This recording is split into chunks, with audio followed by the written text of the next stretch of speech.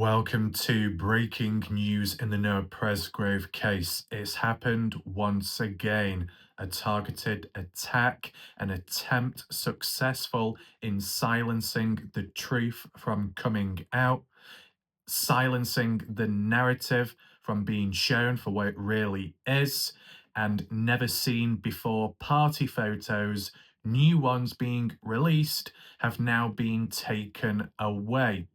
So join me today as I share with you a background history in regard to the attacks on me by different variables and YouTube at hand, and as well give you a backstory and an explanation behind what went down last night. One of the most important videos last night was released, sharing with you never seen before party photo, which changed everything when it came to the perspective of Noah Presgrove compared to Jack Newton at the party, how things were perceived, the way the atmosphere was. This photo changed everything, and yet now it's been taken down. The video has been unjustly attacked and falsely removed, and I have appealed, and they denied it instantly, despite the fact that other themes and topics were done in the past without fault. Why this one in particular? So, I'm going to do my best today to explain it to you, explain everything as much as I can, provide that backstory. There'll be witnesses that were present last night and some in between. As for other viewers who are new or are coming back and don't know what's up, hopefully this video explains it. But what I will say very clearly, this isn't the first time it's happened. And I'm going to share with you some example videos in the past and just talk about it and share with you the update response by YouTube and the reasoning behind why the video last night was removed. Is it a cover-up? Is there a secret reason behind it all? Because the way I see it, whilst I am the one being attacked, the reality is what's happening is Noah Presgrove is being attacked. The Noah Presgrove case is under attack by different things and forces and people. You know, within the community, people like to say it's the dark side that are responsible for the cover-ups, the corruption and all of that. Put aside the sides, put aside the groups. The reality is it's a free-for-all. Anyone is capable if they really want to. Because based on how things have gone on about, like on my channel, it can be anyone. It can even be much bigger, more powerful groups out there, YouTube themselves. YouTube, in a way, are kind of responsible for this example today, but also the past. And I'm going to show you the screenshots and proof of that. In some ways, it can be interpreted that YouTube indirectly want to cover up the truth about the Noah Presgrove case. And considering YouTube is a big platform, news, media outlets, and awareness, if the Noah Presgrove case is going to be silenced by all people, by YouTube, that is not a good look. And it's just not good in general for true crime and news out there. You got to spread the awareness, and you can't do that. What can you do? So a lot has gone down. I'm also going to explain what went down last night and so on.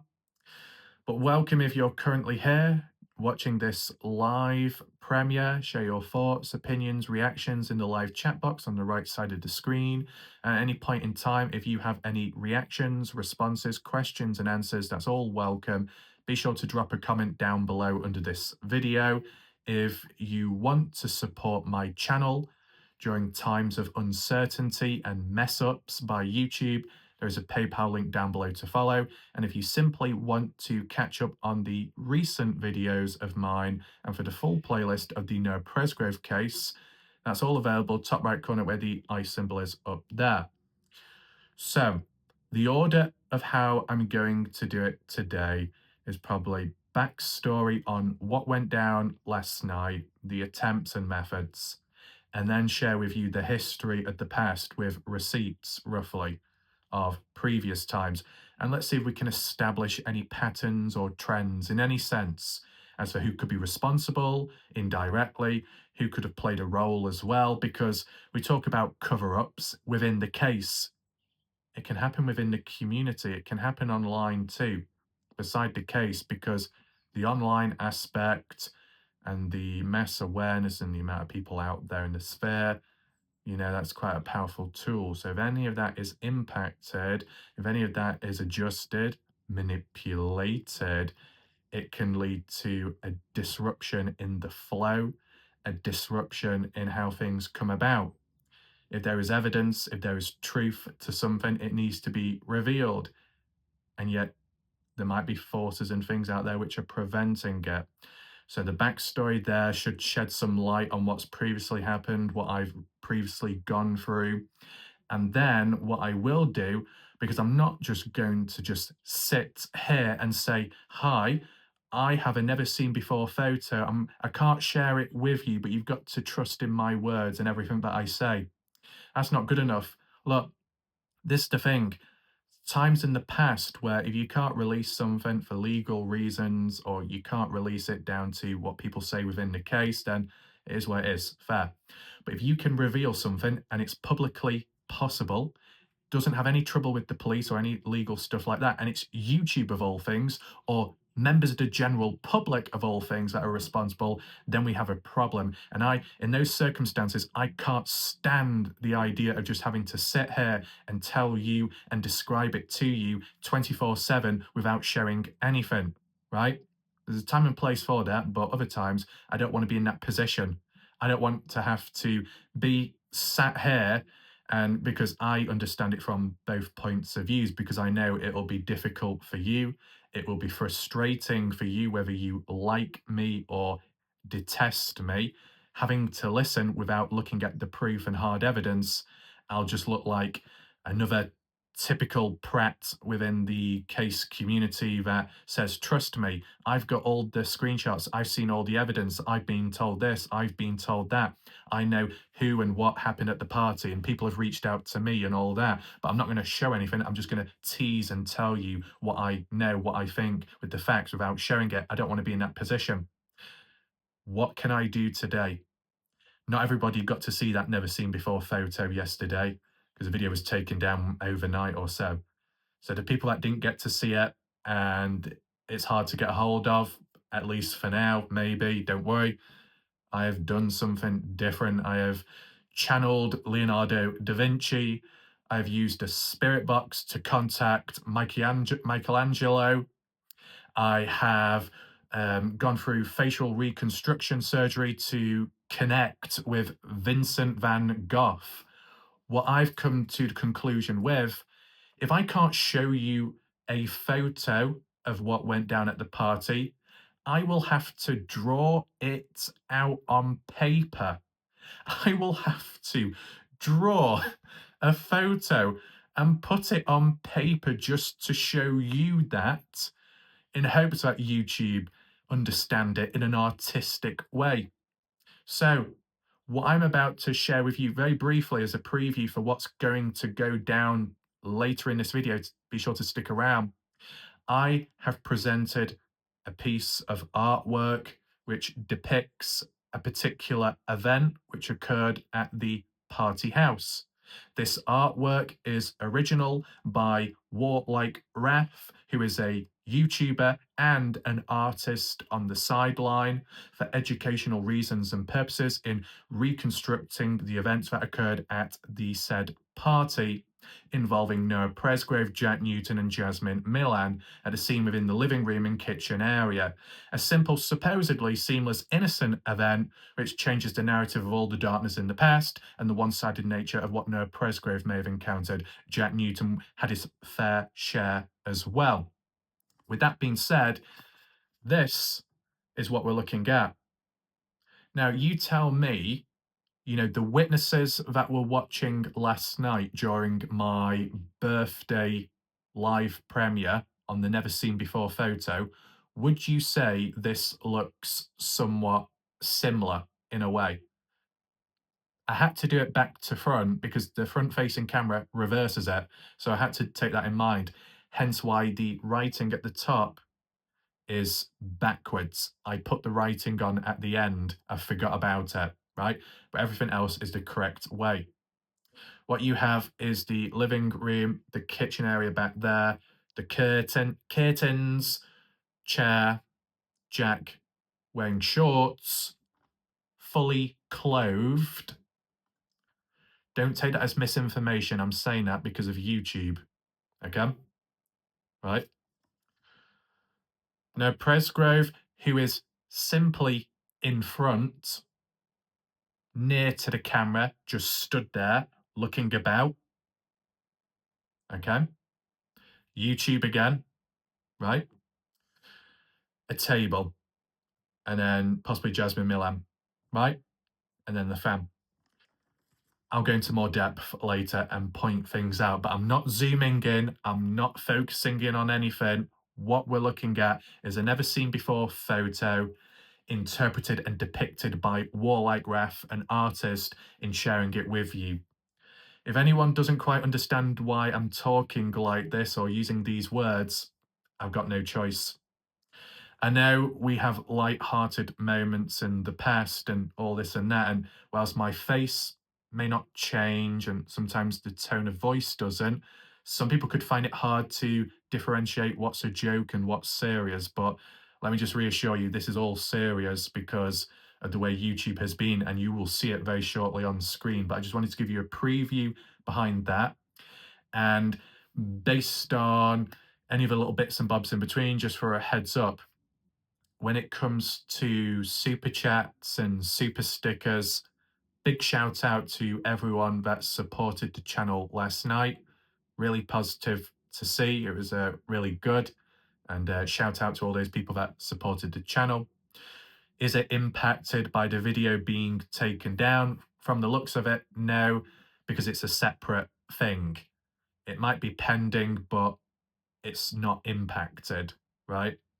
But of course, due to the nature of this drawing that I've done, and my thumb really sore, because it actually is, gripping that pencil and doing that intense drawing session, whilst I have injured myself within the YouTube platform, and considering, at the cost of all this and that, if anyone would like to support the GoFundMe of WarLike Wrath, there's an alternative way, a PayPal link down below. But that aside, beside that, we do need to focus in because there is a level of darkness that is going on, and it's not good.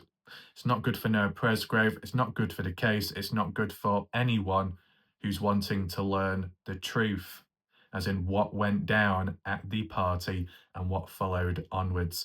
Without further ado, let me share with you and explain what has gone down. So if you're trying to access the video from last night, such as saved playlist or a shared link, this is what you'll be met with. There'll be a black screen and it will say this live stream recording is not available. It's a weird way of putting it because my video, first of all, was a pre-recording. Yes, it was uploaded as a live video premiere with a live chat, but the video was not a live stream. So YouTube are dodgy already for wording it the way they have done. But, other times you get errors and messages that say error can't be shown, error code, or guideline violations, privacy complaint, third party, copyright claim, removal request. There's different, wording for it all under the circumstances, but this is how it is, and it was. Description: never seen before photo changes the narrative of Jack Newton. Now, only 316 people have watched it because not many people had the chance to watch the rest, and not everybody watches it at the same time. So people later that tried catching up on it would have been met with this, confused as to what's really going on. I'd just like to say shout out to the people that did hype the video with the hype points. That is appreciated. But it is unfortunate what's happened as for the outcome.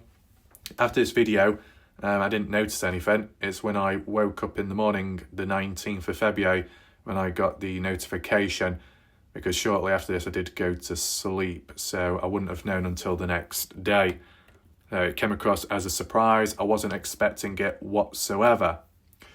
If we go across, it kind of gives reasoning behind it. It does say community guideline strikes, but it also says that this is a warning and that's all.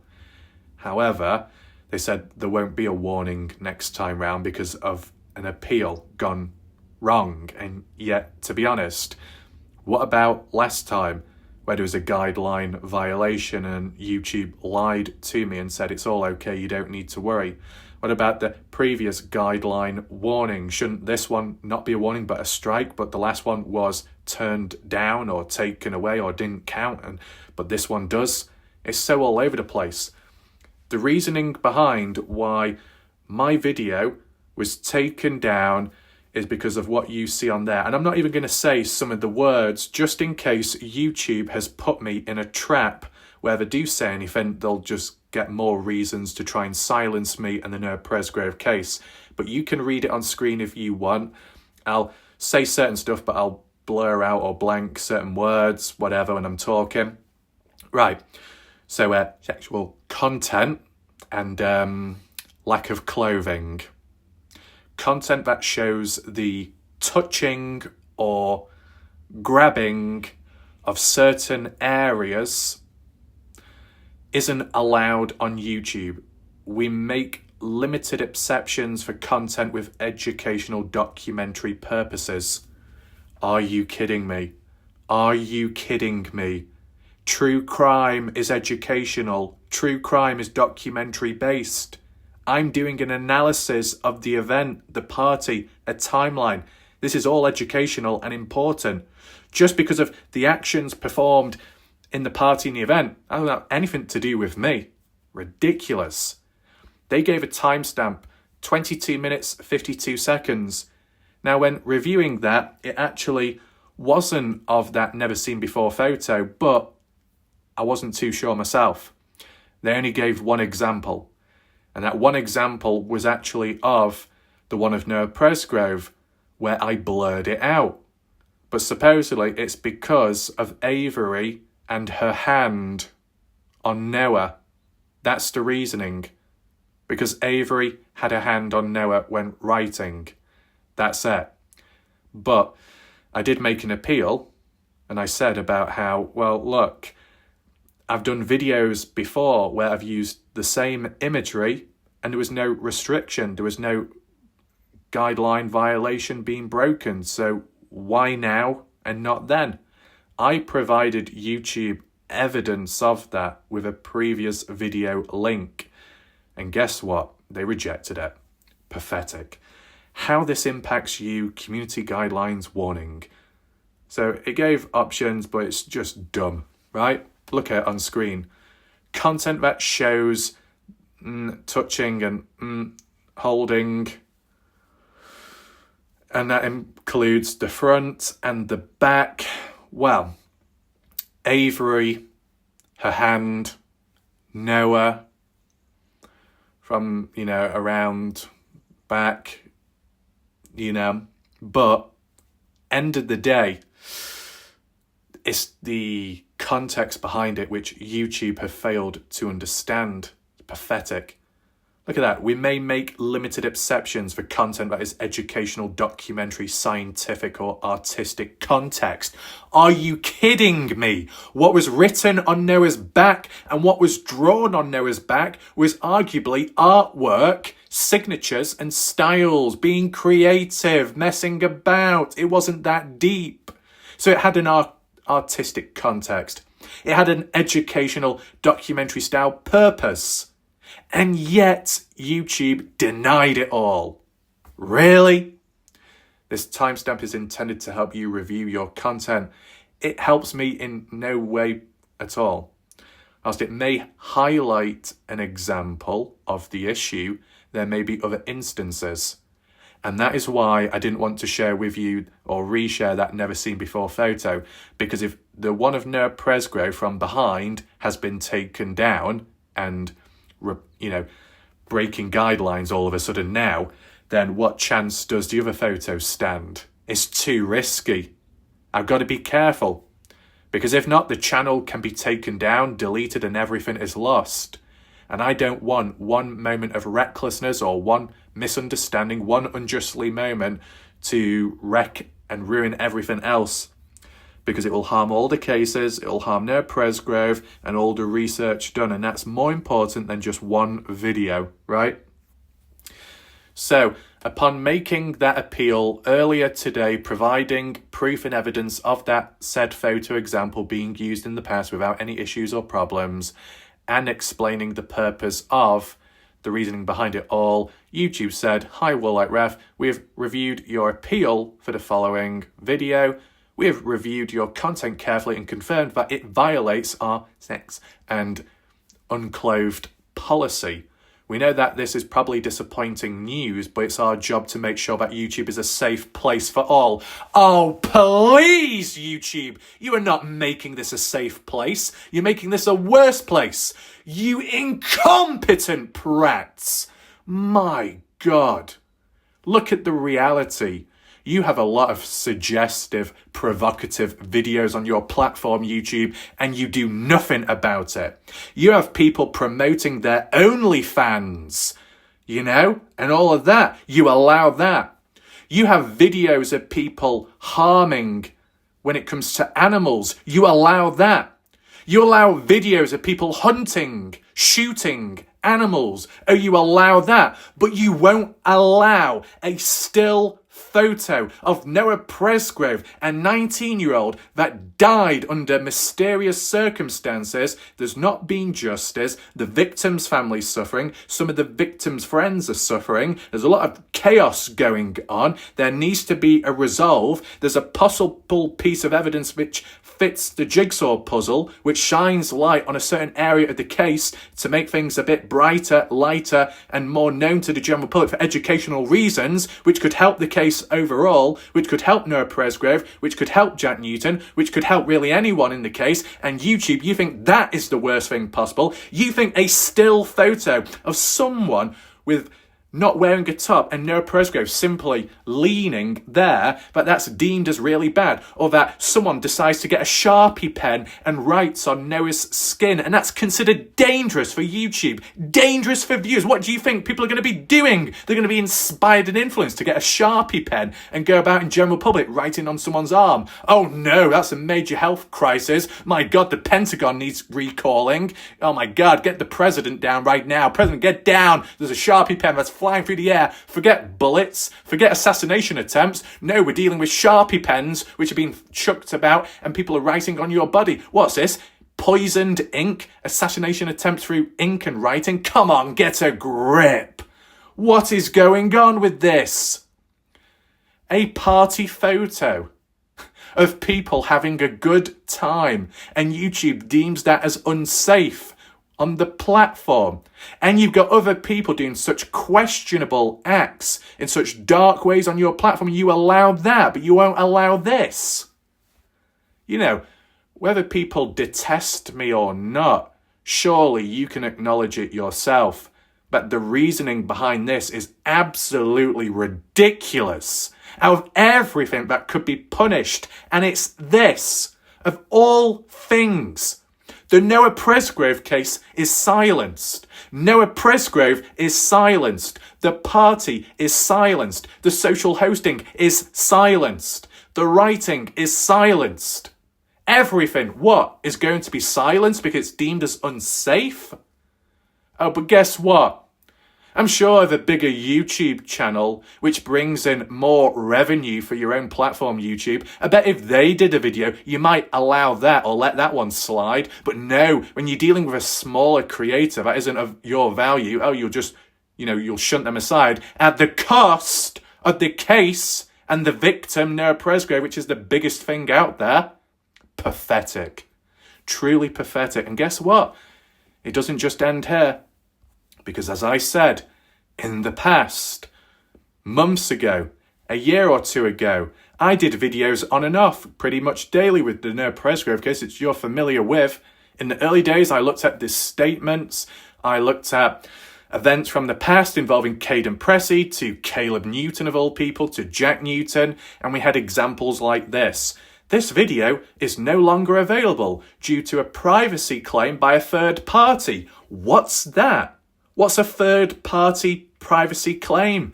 Who would that be? And that fell in line with some of the videos that I did, like Caleb or Jack Newton, things like that. Was it 2024? And then there might have been delayed till 2025 at the beginning when they were just suddenly taken down out of nowhere. And YouTube said to me back in 2024, don't worry, those privacy violation claims are fake. They're not real. 4 months later, YouTube takes those videos down. That's never been done before for most part of it. That's mainly unheard of. If it's going to be taken down, fake or true, it needs to be within 30 days, not fucking 4 months. What the hell? Right? This is all impacting the Noah Presgrove case. Because these videos were on Caleb Newton. They were on Jack Newton. They were from all different sides and perspectives. Not just Noah Presgrove, not just the light side, not just the dark side, but everything. And in different ways and angles, they're all fucked and taken down. So we're not dealing with a one-sided thing. We're dealing with a global, all over the place form of silencing of the case from different sides, different perspectives. That's not good. But look, this is reality. When you cover all sides and perspectives, you will be taken down from all different angles. As you can see there, visibility removed. The strange text revealed. Jack and Caleb on the day of Noah Presgrove's death. Look, you know what this was about? It was a 55-minute video analysing and looking at those text screenshots. 5:53 of when Jack was messaging his father before going out onto the highway. 5:53, oh, someone messed with my hat. Oh, can you get me a spare one? Oh, can we meet at the Warwick boat ramp? Else, because of the timing. It was along the lines of that. So it's just a part of the timeline. It's a text message conversation, which has been shared about publicly more than enough, and do a video on it, and it's taken down by maybe a third-party claim. What? What is going on? A third-party claim, right? Privacy. Privacy. It's been made public. If it's that much of a breach, then why the hell was it on Reddit? Why the hell was it on Facebook then? All over the place, plastered. If it was taken down over there to begin with, then I understand the video. But it's welcome on Facebook. It's welcome publicly elsewhere. It's leaked by other people in the first place and revealed. And Jack didn't do anything about it then. But months and months later, when I do a video on it on a different platform, now it's a sudden problem, concern. What? It doesn't actually say who reported it, take that in mind, but there was absolutely no reason to get this taken down. It was simply looking at the supposed facts, what was said by other people at the time, or the build-up to hearing about Noah's death. It shouldn't be taken down, but it was. And then this one, Caleb Newton involved in the strange, passing of a younger person, right? That was the Warwick boating accident of, 2020? People have the cheek on Facebook ever since and in recent time to say, WarLike Wrath covers this and that, but he never covers Caleb Newton. He never covers Caleb and the boating accident. Well, I'm sorry, I did. There's the proof. There's the evidence. But guess what? Whether you could be asked to bother checking it out in the past or you didn't, that's on you. If it's in recent time, there's nothing I can do about it because the video was taken down by third-party claims, privacy breaches. This was an official news article. This was an official report. Public. You go on YouTube, it's all there. You go on the internet, it's all there. The backstory of what happened with Caleb, a boat, a bit of alcohol, another adult, and then younger people aged from 7 or 4 to 37 or something, right? And then you had a 7-year-old that fell into the water, under an accident and hit the propeller. As dark and as bad as it is, the reasoning behind this video being taken down was because of privacy violations. How can there be privacy violations when what I've covered was of public news in the first place? So clearly, this video, people had an agenda against me. Already, right? Already attacked. Caleb Newton's official statement, which he made public on Facebook. This was removed as well for third-party privacy claims. How can it be privacy violations when the person themselves made it public in the first place? This was all public. There was no violations whatsoever. It's that someone had a problem with me, an obsession with me, a grudge against me, reported the video, mass reported them, and guess what? YouTube was dumb enough to fall for it, and even more incompetent to lie to my face and say it's a fake report, and then 4 months later then decide to take action when it's out of time. But they override it. YouTube override their own rules for the sake of covering up the Noah Presgrove case. YouTube covering up Caleb Newton and the Warwick boating accident which involved a 7-year-old passing away. Covering up YouTube hiding Caleb's official statement. YouTube also covering up Jack's text. Why? And then, now, the shocking lie. The truth behind Alicia's call.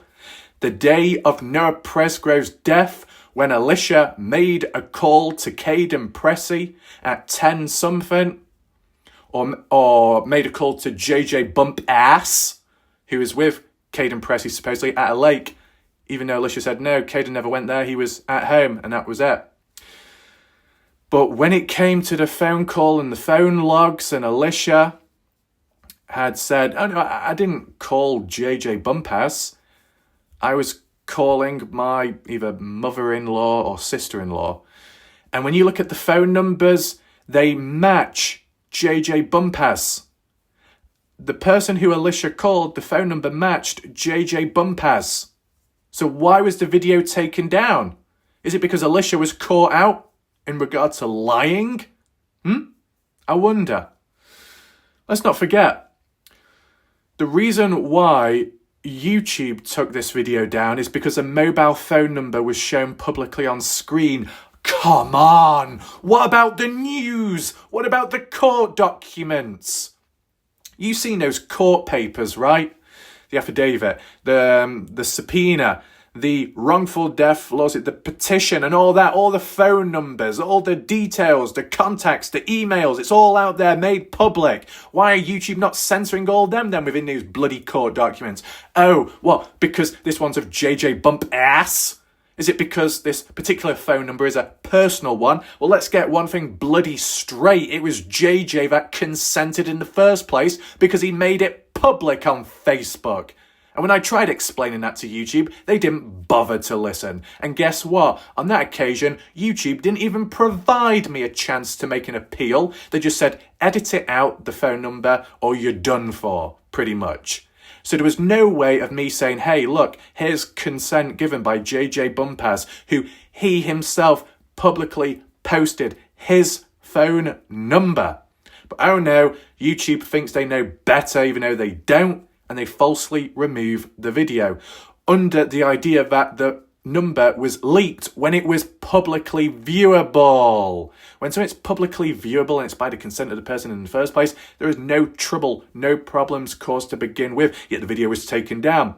And coincidentally, because it was about calling Alicia Lee out, Kaden Pressey's mom, as a liar, because as a fact, that was the case under that circumstance, there is proof, there is evidence, there are screenshots, and yet YouTube silenced it.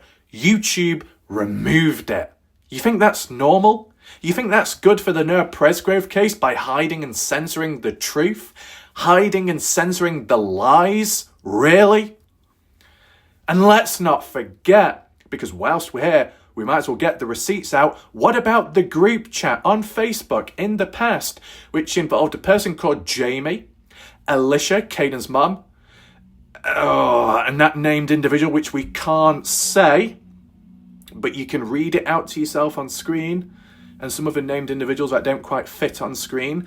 The J, you can see the name there. We're not saying it, but there's a handful of people there, right? Including Alicia. Not good, is it? Because let's read what was said at the time. Alicia says, no, it was in my email sent from Cindy. And I guess Cindy was the woman from Partners in True Crime, Partners in True Copyright, Partners in True Tight-Fitting Tops. With credit to Rob.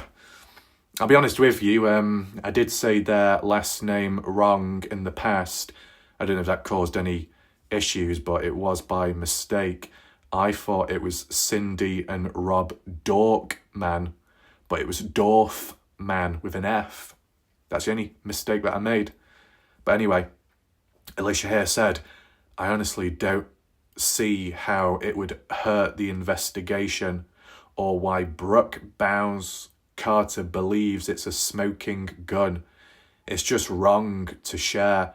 I don't want Kaden receiving any more backlash than he already has. Well, wasn't it you, Alicia, that decided to share Kaden's private police interview with a Dropbox and share it beside an attorney, share it with strangers online or people you supposedly trusted online? And that's why Kaden's police interview was leaked. You know what's absolutely ridiculous? How on earth can a private interview be leaked and allowed on YouTube, but what I do isn't? Right, we'll have to look at that a bit later. That is crazy. But let's look at what's on screen at the time. I don't know what was the smoking gun or whatever that was. Shannon, the way they spin things is crazy. Then someone says, what can be done? What can I do? I never knew who that person was on the other end of the conversation in blue. Who was it? Does anyone know the identity of the plank that said, what can I do to fix it? And then Alicia decides to say, well, sending Brooke Bounds Carter a cease and desist will help.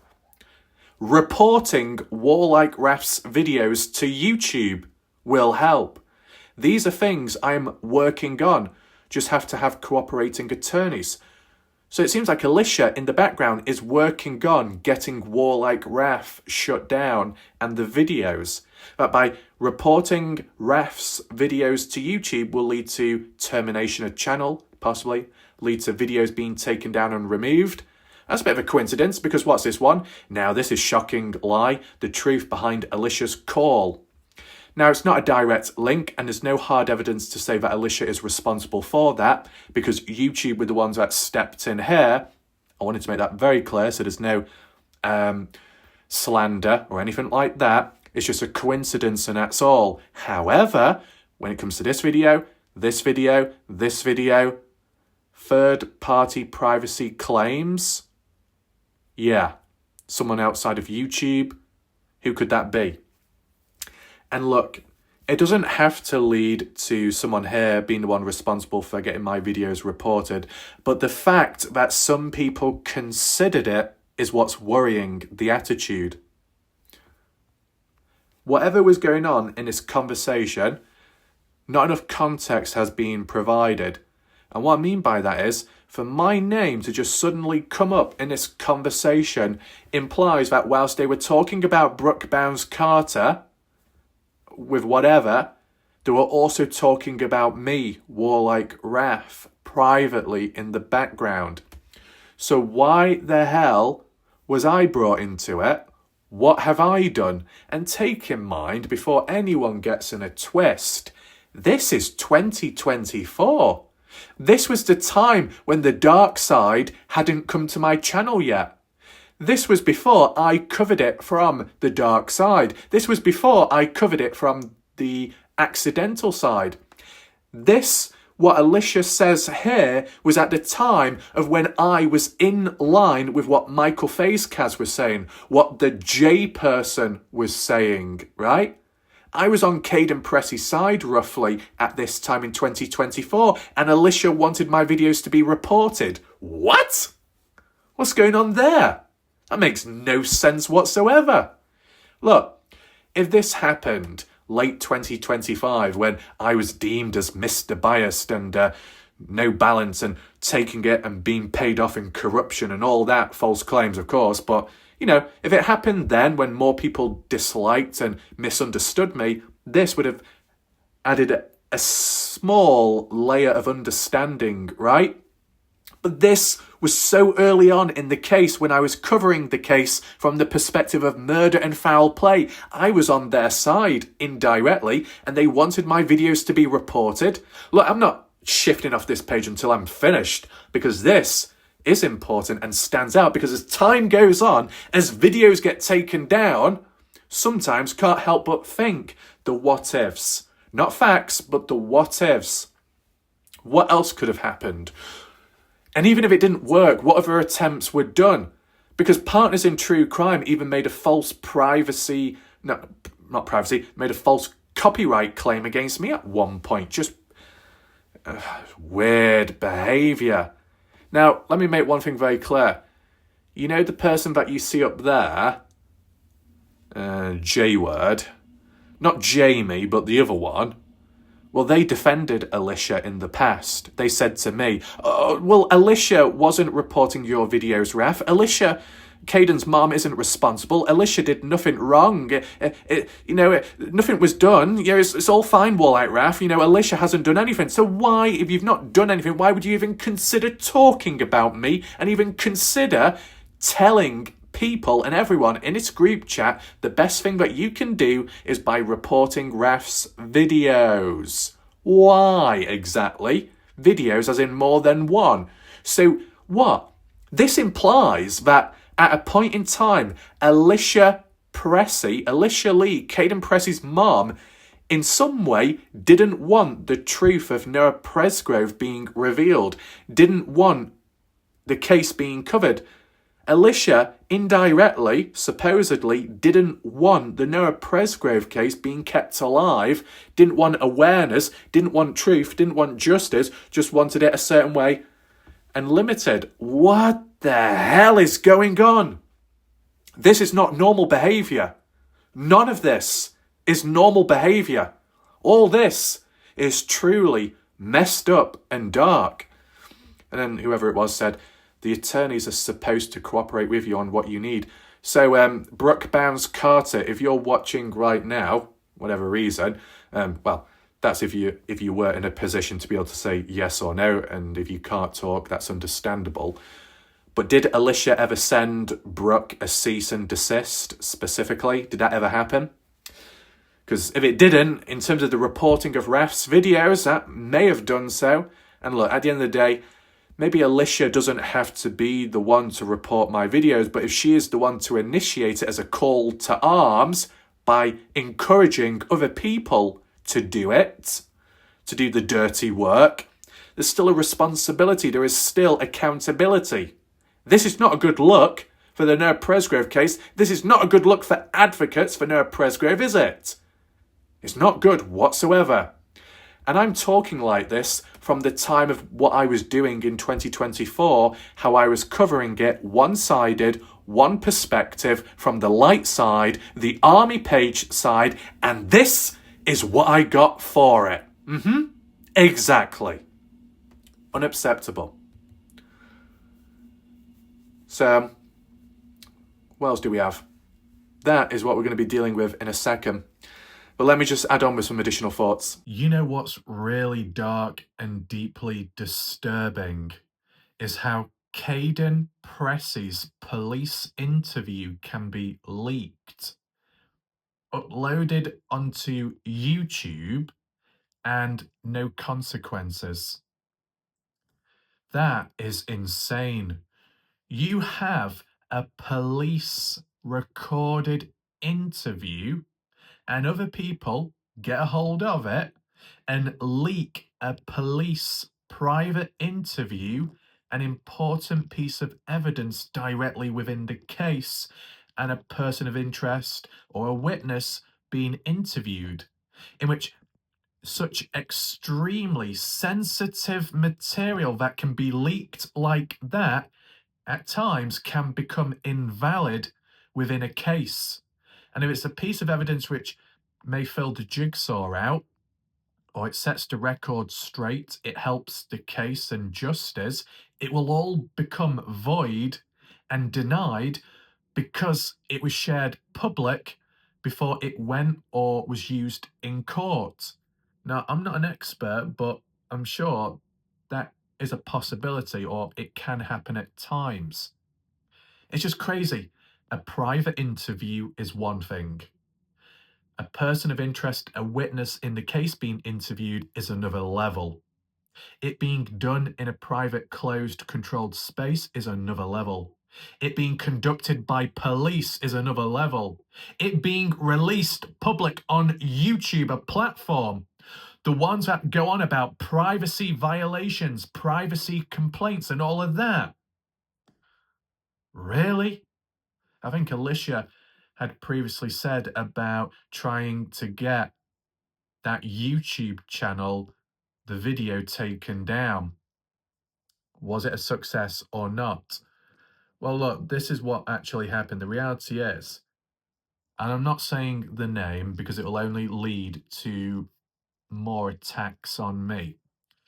There is another YouTube channel out there that covers the Noah Presgrove case. They are known for threatening behavior, trying to reveal locations, actual deviant activity, and threats towards me, deep fake AI imagery without my consent in insulting ways. YouTube does nothing about that.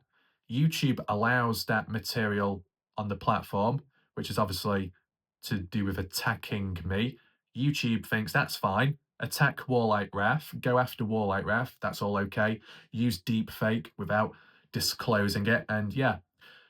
Oh, but the moment that I do a video on the case, a serious one, put the time, put the effort, the work into it, the editing, the analyzing, the mental thought, using all my energy within here to make sense of what's on paper, to make sense of what's within a photo. And YouTube thinks that's bad. A person where they don't even really show much whatsoever, just a bit of skin. And that's deemed as to be taken down. But another YouTube channel out there, besides what they've done to me, can also upload a video of a leaked police recorded private interview, leaking it without consent, leaking it without the police's consent, leaking it in which it could harm the case. It's harmed Kaden Pressey, and that's all okay. Because whether you like Kaden or not, because of that one interview being leaked, arguably by the recklessness of Alicia in sharing it in the first place, but then the other YouTube channel that decided to post it public. Because at end of the day, the reality is you might not be the one to have got a hold of it in the first place and then share it out. But when you share it out after that, you've got the choice to make. You may be given it, but you're not forced. You're not, given a no choice option to release it public. You have the choice. You have the power to share it on, whether it was wanted or not, or to keep it private and to make sure it does not go any further. One person's recklessness and past mistakes can be your moment in which you do the opposite and make a better choice. Whilst Alicia shouldn't have shared Kaden's private interview to anyone on Facebook or anywhere else, whoever received it should have done the right thing and halted and not shared it anymore or posted it any further or online public. Just shouldn't have been done. Whether the person sharing it originally said, right, this is private between us and you, don't share it with anyone, still, that person should have just not shared it whatsoever, right? And just kept it as it was, or deleted the link, deleted the photo, and not bothered with it ever again to protect themselves and, more importantly, to protect the case. But now the odd YouTube channel decided to post it public, which may or may have not harmed the case, which has definitely led to Kaden Pressey being in problematic ways. I've analysed it because it's out there, just like with everybody else who has access to it now, because it's become public. And it shows Kaden Pressey in a different light. It shows his discrepancies. It shows his mistakes. It's led to intense criticism over him. But guess what? The reason why it's only happened to Kaden Pressey, and the reason why it feels like a witch hunt on Kaden Pressey, is because Kaden was the only one to have it leaked. Now, you could argue and say, well, if this happened and that happened and this and that shouldn't have happened, at the very least, you shouldn't have done a video analysing it or critiquing it. Once it's public, it's public. The damage has already been done by the hands of other people, not me. When the damage is already done, can it get any worse? What I did was damage limitation, in which I made sense of what was said from that leaked interview. Whether it shows Kaden as a truth teller or a dysfunctional, confused individual, no offense to them, I'm just working with what I've got and making sense, learning, setting the record straight to reduce the confusion. Because a leaked interview can harm the case. A leaked interview can become void within the case, and then it can't be used as evidence to support something within the case, and that's problematic. But the releasing of evidence prematurely can lead to misunderstandings and possible misinformation that comes from it. If someone reads or listens to the audio or the transcript and they don't quite understand what's being said, or they misunderstand the wording, or they get confused from the police interview to the partners in true crime one, it's very understandable. It will spread, it will get worse, it will get more confusing, and then a story, a false one, a misinterpreted one is spread. I come in when the damage is done, and I set aside everything and I make sense of every little bit in detail to work out what's true, what's not, what's a mistake, what was said then, what's said later, and try and get to the bottom of it. It's damage limitation, that's all. I need to defend myself in the moment just so it's not taken out of context by other people out there, or the ones that are lurking at times. I've got to make it clear. But just put that all into perspective. You tell me in the live chat, in the comment section, wherever, what is worse? What is worse? A YouTuber who uploads a private police recorded interview with a key witness in the case, it's leaked, it's uploaded onto YouTube without consent. The video remains public, it's never taken down, and YouTube never take it down for privacy violations, even though privacy has been 100% violated. Is that bad? Or is it worse, me sharing a photo which has been accepted as publicly shareable, a photo from the party which simply shows Jack Newton with his back facing the camera and Noah Presgrove leaning slightly in posture. And Jack shows a bit of skin on him. And then a comparison is done of when Noah was written on, and all Avery did was hold on to the skin when writing. You know why you hold on to the skin when writing? So it doesn't bunch up. Skin is soft, and maybe it's not too soft for me because I'm not as fat as I once was, but look, the loose skin, bits of fat like that, you may pinch it. Can't say that word. Can't say that word. You may. Oh my God. Am I going to get? Am I going to get a privacy violation for, you know, like? Oh my God. I've been reported. Oh my God. I just touched my nose. Oh no. My channel's going to get terminated. I'm just. Oh no. Can't allowed to pull on the hair. That is very suggestive, right? Oh, so if I point at that back there, oh, is that deemed as bad by YouTube? What? Get a grip. When Avery was writing on Noah's skin, there was just holding and leaning whilst writing so the skin remained stretched and didn't bunch up when trying to write a person's name. Just like if you had a bit of fabric, cloth, material, you spread it out and then you hold it in place whilst writing on the material. If it bunches up, it's going to look a mess. That's all Avery did when writing on Noah. But because the thumb was pressed, because the hand was like that was deemed as inappropriate. Oh, come on, get a grip of yourself. It wasn't like that, was it? It was in place, it was a still photo. And I explained that, and YouTube denied it. So the whole video taken down. What? Just because of that one photo? No. Possibly because of other examples as well of the same thing when going back and forth with the slides. But you know why it's a major problem?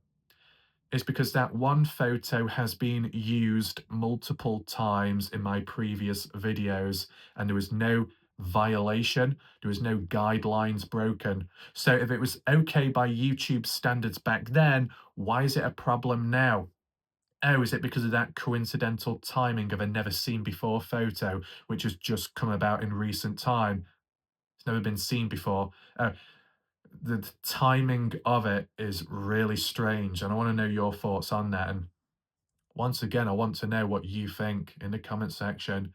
What's worse, a person leaking a private police recorded interview with a key witness in a case, or WarLike Wrath doing a analysis looking at a photo which we've already seen before of one, and then looking at a similar one of a different person, and that's deemed as evil and needs taken down. But what?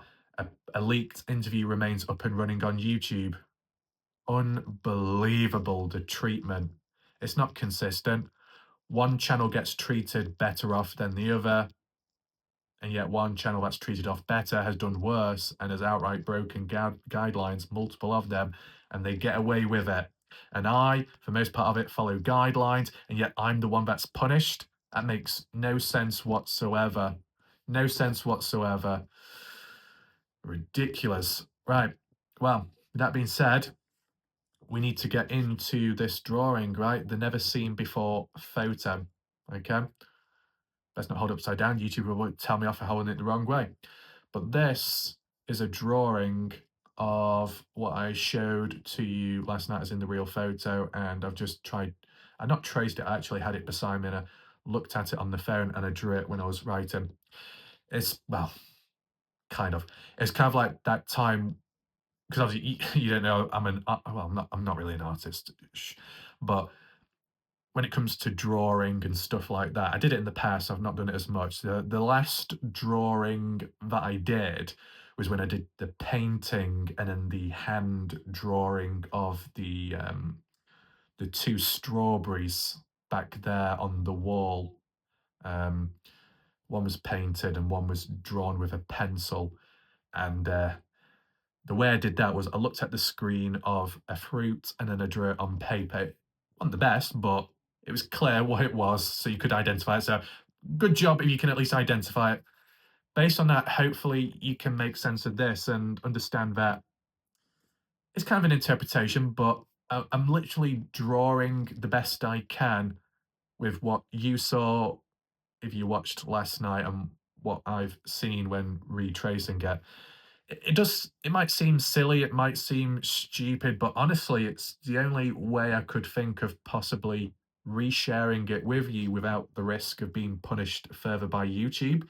And look, if I get punished in this video with that drawing, there's no hope, is there? So without further ado, let's begin the analysis. Here we are. So basically, I took a photo from my phone of the drawing that I did of the original photo. That's why it appears central on screen. And it's an overall depiction interpretation of the event at the party house in the living kitchen area. And yeah, I would try and zoom in if I can, but I don't want to focus in on anything specifically because every detail is important within the drawing. And hopefully you can understand that after what happened last night. I'm really cautious about everything, but you let me know in the chat, do you think this is an okay drawing? Is it accurate enough to symbolise what happened, what the original photo is? I mean, look, if anyone has it or has remnants or from the video that I did, you can always reshare it on Facebook so other people get to see the raw photo, or if you wanted to share this drawing as well, maybe. Desperate times, right? What's going to happen next? Going to appear in court and got to do all these drawings and portraits of people. Really? Anyway, so where do we focus first? I want to focus up there. First of all, we got the ceiling fan spinning around. You got Jack Newton's baseball cap, which is orange. I'm sorry I didn't have the marker pens to colour it all in. We had an orange baseball cap, and that is what was lost at the party, as what maybe Robbie said is supposedly a hat thief about at the party at the time, because Noah Presgrove lost his baseball hat or cap, and Jack Newton lost his cap as well. And he said to his father at 5:53 on the morning of Monday, "Somebody messed with my cap. Don't know where it went. Who? Why? Was it stolen? Why would anyone do that exactly? Is messing about a prank, a joke? Maybe. But it's important, because we always talk about the narrative of Noah Presgrove and his personal possessions, some of them going missing, being disposed of, removed, hidden, foul play. Well, what about what Jack experienced, and maybe other partygoers which haven't talked about their items or possessions being stolen or taken away at any given time?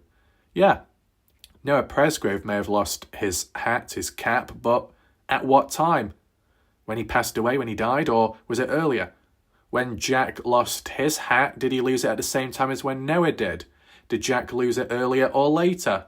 Did Jack lose it if he was ever looking for Noah? You know what I'm saying? Is there any overlap with a certain item that Noah loses? Could be at the same time when another person loses their item, and if they both lose it together, were they doing the same thing together? I mean, an example, and it's not a fact, is if two people are fighting and punching one another and they both wear hats, there's a chance that both of their hats could go flying and just fall on the ground and not be picked up, so they're both lost at the same time. If you had people that lost a bit of hair, there could have been a cat fight going on and two people fighting and grabbing each other's hair and ripping out hair extensions or lashes, the fake lashes. So that's how things can be lost at the same time, because you're partaking in the same activity. Take that into consideration, okay? Beside that, Jack's back, pretty much his arm was red. His right arm was red. Sunburn, being out there in the open too long, the temperature, the heat, possibly. What you see on the right there is the curtains, a set of curtains. However you want to say it. I don't know if Americans say it any different. Do you say curtains or do you call it something else? Some people from UK call it curtains. I call it curtains, but I'm not a master at pronouncing it in other ways. As some people will say, "You're saying it wrong." Well, I'm trying. Why is it significant, a set of curtains? Is because it hides the view, the window. And if the window is at the back of the house, the pasture, or around the side, when the side-by-side rollover occurred back there, and anything else that may have followed onwards involving Noah Presgrove, people wouldn't have been able to see it because the windows are closed, the curtains are closed, right? You're not going to know. It's like a blind spot. It's convenient for anyone that's on the other side, outside of the house, that may be doing something.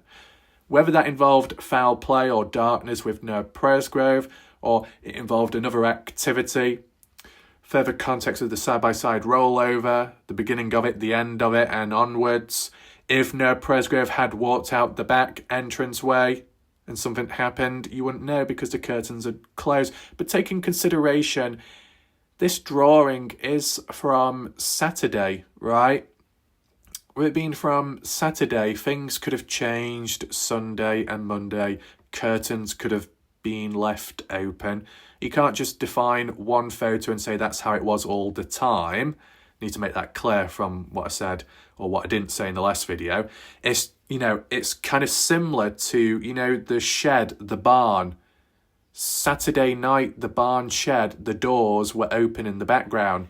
But Monday onwards, the doors were closed. So at different times, different purposes and uses, may be used in the moment, may not be later on. But what about the time of when Noah walked away? What was the deal there exactly? Off to the right, we've got a bit of furniture, which is a chair. Off to the right there, hopefully it fits on screen. Nothing too important. Jack was clothed, wearing a pair of blue,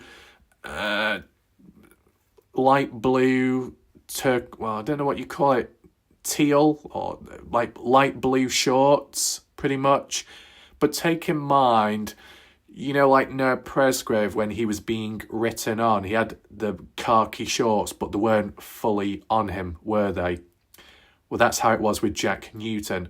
You might say, well, why is it depicted here that Jack is wearing shorts and is fully clothed? And Noah Presgrove is off at a distance, simply stood looking at Jasmine Milan over at the table. The depth of field, an artistic depiction of three individuals at different distances. Jasmine far off into the background, Jack Newton in front of the table, and Noah Presgrove at a distance from Jack. Depth of field, perception, illusionary, artistic depiction. In other words, for anyone really watching, I had to draw it like this for the sake of the safety of my own YouTube channel. I had to protect myself. When you look at Jack Newton and Noah Presgrove, envision it as the reverse, the opposite from Saturday night when Avery was writing on Noah's skin. This time round is between Jack and Noah in a similar fashion, but the roles have reversed. Okay? Let's just put it like that. Noah is wearing his baseball cap, as you can see. I don't want to zoom in too much just in case. His hand is out, holding cans, 2 of them. There's a slightly darker squiggle on Noah's chest area, upper chest, under neck, if you take a closer look, and that is writing, which from other angles of the Saturday photos show the text Jazz, possibly, short for Jasmine Milan. So likely Jasmine Milan used the white Sharpie pen to write on Noah's chest, writing the name. Jack Newton also had a very similar marker pen and style of writing on Jack's skin.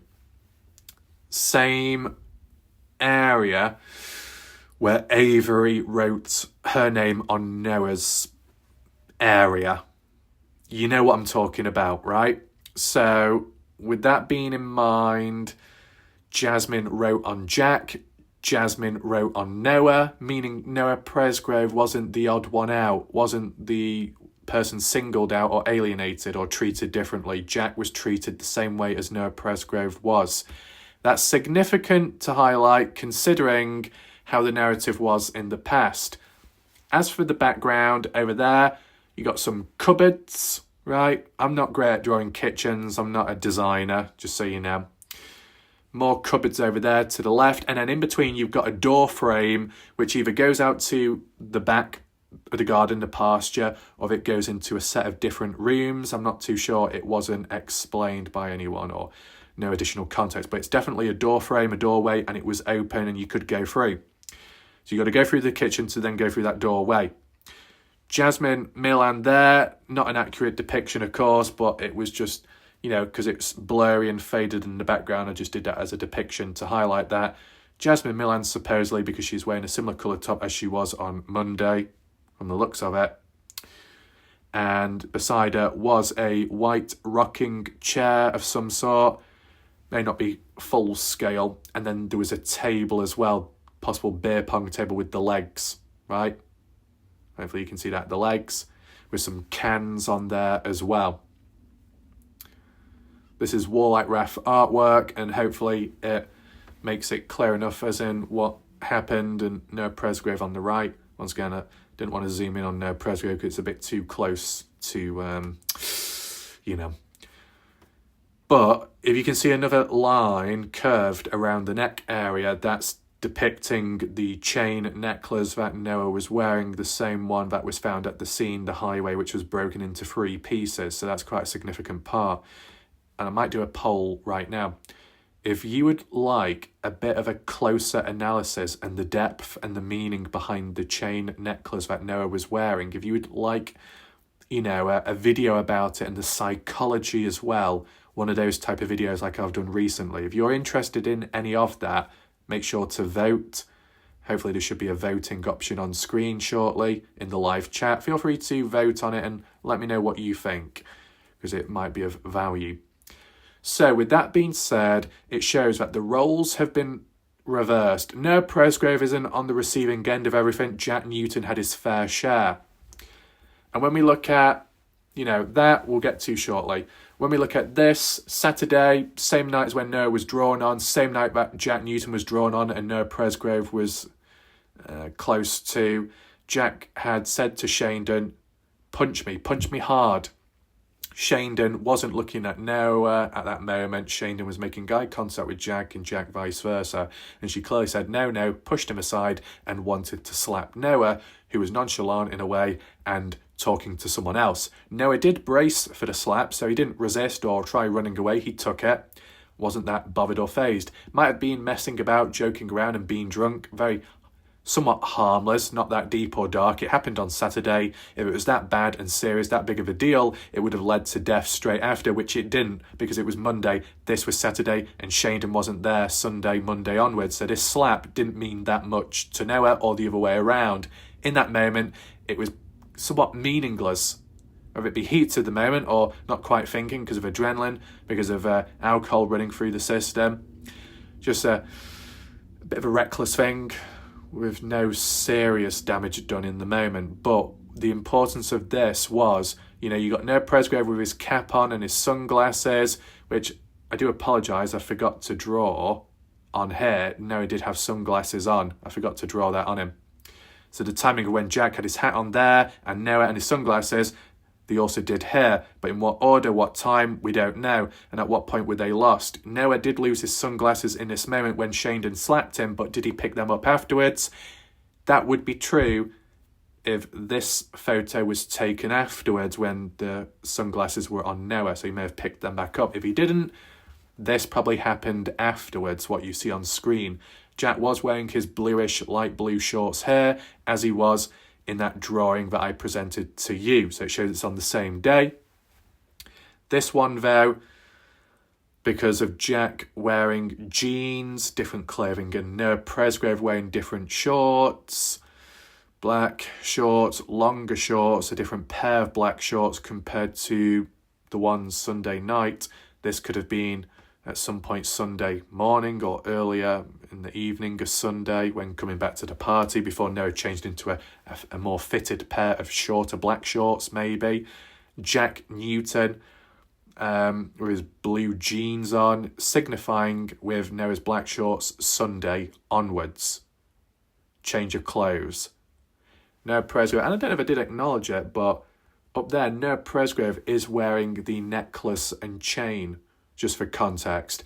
Not something I've really picked up on before because I guess I've just not really focused on it. So yeah, chain necklace there, which is on him at all times, or most of the times at least. Did he wear it when he was in the shower? Who knows? But as I said, we can do a video on it, just like a little timeline, little interactive video, and then I can add on further with depth. But yeah, you just see the change of clothing, different timeline. This one, September 3rd, 2023, 10:50 p.m. Noah Presgrove with the tighter, not tight, but fitted black shorts above knee length, different to what you see in the bathroom one, of course, but similar with Jack wearing his jeans, or from interpretation they do look like jeans with the belt as well, as you see in the bath photo. That doesn't change too much. But Jack does, if it's, it depends, right? Jack Newton has his orange baseball cap on, the one that he wore since Saturday. Noah Presgrove has his hat on as well. So, how do I word this? How do I word this? Look, both guys have their baseball caps on here. Both guys have their baseball caps on here. When Noah Presgrove doesn't have his hat on, Jack doesn't have his hat on. When Noah Presgrove has his hat back on, if it's later, Jack does as well. Do they match when they have hats on and when they don't? It's not a fair thing to say, though, because there are some photos individually of Noah Presgrove, like when he's dancing in the kitchen, which has been classified as allegedly 2 minutes after this one, which Kaden Pressey documented. 10:50 p.m, 2 minutes after this, Noah was in the kitchen dancing without his hat. Was Jack taking his hat off as well? Is it when one takes the hat off, the other person just automatically does the same like a robot? Probably not. Just basing off the images that we have. And Jasmine Milan is off to the left in the corner beside Breeley on the left. Greyish top, which is similar to what you see in the drawing of Saturday. So maybe Jasmine wore similar or the same tops over a course of days, possibly. Yeah. Anything else do we have here? A bit more of a zoom in. Focal points of Jack, his jeans, his orange cap. What happened to Jack's cap? Who stole it? Who took it? Why did it go? Was it only Noah and Jack that experienced loss of clothing and personal possessions, I wonder? The greater focus on Noah because Noah's the victim and personal possessions could have been on him at the time of when he passed away. Look, this is the thing. Noah may have put on a pair of mismatched shoes when leaving the party house property. Noah may have left his phone behind at the house, but when Noah was walking away, was he wearing the white shorts? Was Noah Presgrove wearing his baseball cap, or did he leave without it?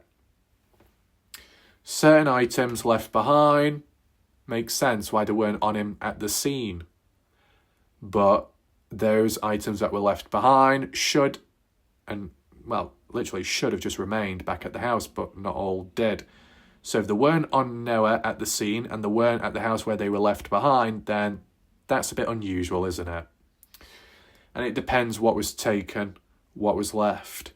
A phone left behind, no one tried stealing that, but a hat, someone did. Mistaken, grabbed the wrong hat. How many at the party had the same hat as Noah Presgrove or Jack? Mistaken, got the wrong one, maybe. You let me know your thoughts about that. This is what we see here. Like I said, you had Jack Newton saying, punch me hard. Well, Noah Presgrove was doing the same thing as in Monday, encouraging Brylan to hit him, or, hit. Not slap, not punch, not specific, just hit. Make contact, be physical. Noah was encouraging it, and as I said at the time, could this ever be used or taken out of context in some way to try and use as the affirmative defence for certain defendants to say Noah Presgrove was the aggressor and engaged in mutual combat? Because as we can see on Monday, hours before, Noah was encouraging Brylan to hit him. So maybe Noah did the same thing again later and it escalated or went too far and went wrong for Noah. So it falls on his responsibility because he started it. That's what the affirmative defence could use, but would they apply this particular video or screenshot from the video to signify that? Because Noah does have a clenched fist. Clearly, without context, you can misinterpret this, but of course, we've seen the video already. We know what already happens with this. Noah saying, hit me, tries grabbing Brylan to encourage that, says, I promise I won't fight back. Then Brylan does a little slap and then runs off, and Noah stands there and says, see, told you, and that's it. It's not that deep, it's not that dark, but it could be used in other ways for interpretation purposes. And furthermore, it just highlights that if you was to go after Noah or attack him or question Noah with this, you could just say, well, guess what? Yeah, Noah may have been asking someone to hit him, may have been starting it like a troublemaker, but hold that thought, because guess what? As we saw, you got Jack Newton doing the same thing. Jack Newton wanted it. Jack Newton was kind of begging to be hit. Just like Noah Presgrove. It seems like both of these guys have somewhat similar to one another. So, if they're similar to one another, what happened to Noah in the end? Why did it not happen to Jack then? What's the difference there? What's the anomaly? What's the change? What's the difference? What else is there at play that differentiates the two for once and separates them amongst, not brings them closer in similarities? You know what I'm saying? There's got to be something going on. I mean, not that it's the case, but psychologically speaking, would anyone push the case and say, well, maybe the reason why Jack was asking to be punched is because of the competition with Noah Presgrove? If Noah Presgrove was the popular guy and got the girls and got the attention, that Jack wanted to toughen up or be like Noah or say, hey, look, I'm just like Noah, I'm athletic, I can take punches, I can take slaps, I'm strong, to try and gain favour over the other girls. Was it a competition? Small little competition? Pettiness? Just a theory, that's all. Nothing much to it. Do we have any other photos to look at whilst we're here? No. So the only other one to make reference to is this. The back of the party house. I was suggesting that, back at the house there, where you see that dark outline, a bit higher up just underneath the overhanging roof, is that possibly a window? And with it being slightly higher up, is that what links to the window, what you see there in the bathroom area with the blinds drawn shut, or the curtains, whatever you call it, the little shutter blinds, horizontal ones, plantation blinds? That appears to be a window, quite likely. Bathroom, you open the blinds, you're probably looking outside. And I'm just wondering if it is of one of those windows back there. That was my thought and theory. And then as for the drawing, the set of curtains, what you see here, right? If you used to draw them, open them, you get the window. Because of the size of it as well, could well match the size of possibly that window there on the side of the house. Because of the way we're looking at it. We're looking at it from the southwest way. Coming down the highway south, you look off to a slight direction southwest, towards the back of the party house. Is that window there highlighted in the circle the one what you see with the set of curtains back there, just above the chair? You let me know. And then in the background where Jasmine's head is, above where you've got that door frame which goes through into either a different room or towards maybe the porch, the exit way of the party house round the back, is that doorway, entrance, exit way similar to what maybe here? Because look, this is the pasture, but it's also a patio area similar to the front of the house.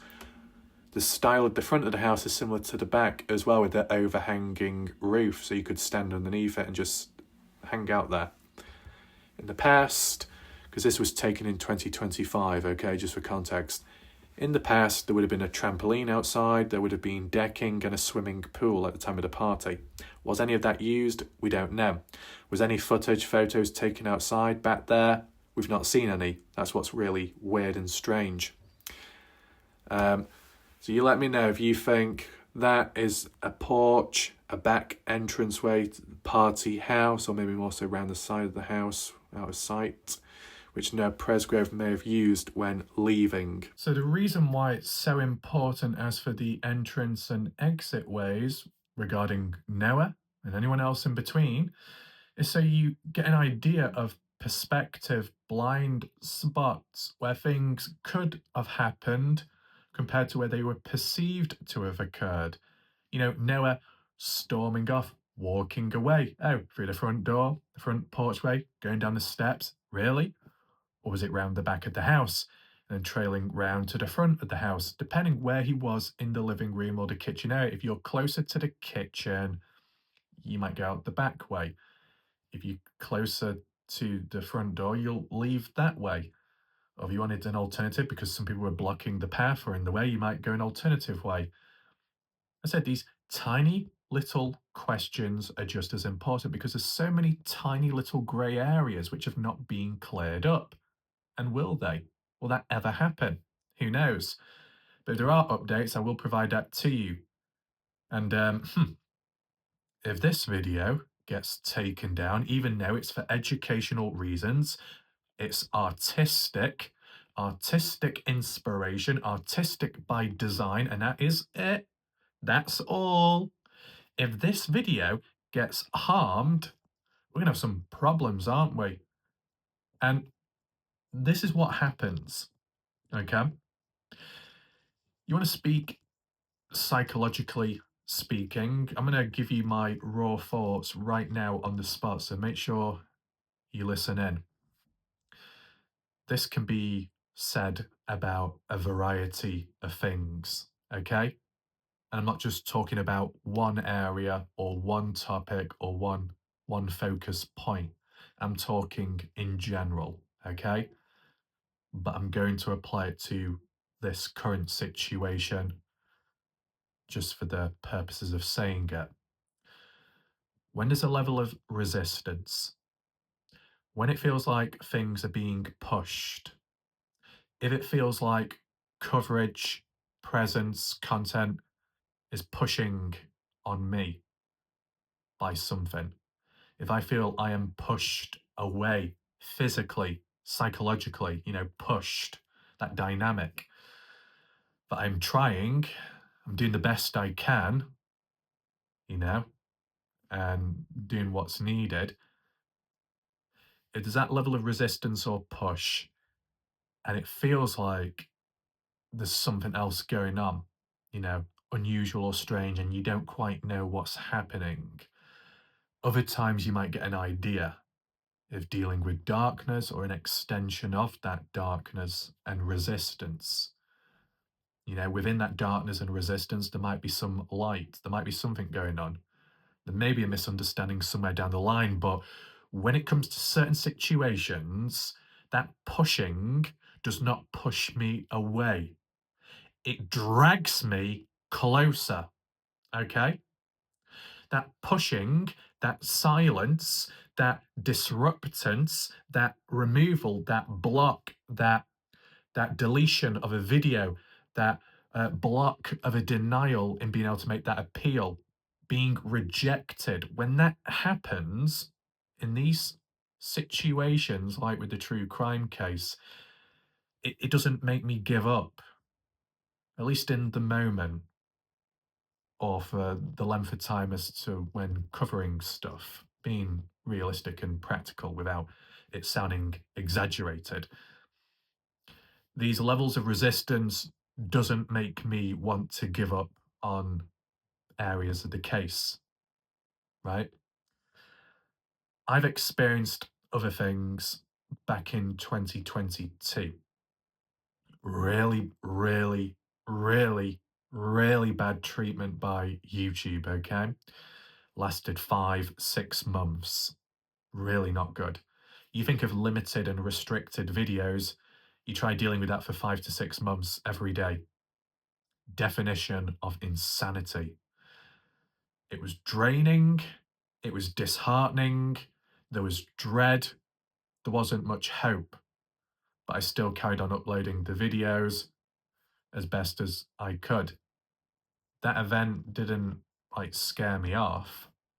It frustrated me, which made me want to push harder. With the Kenny Veach case, the way that's been treated and handled at times, under certain circumstances, wanting to push harder to try and spread the awareness or to figure out something at least. So, yeah, it can happen. Of course, you still got to be practical within reason, because if something's not working, something's not working, and if it's out of your control, then it's out of your control. There's only so much what you can do about it.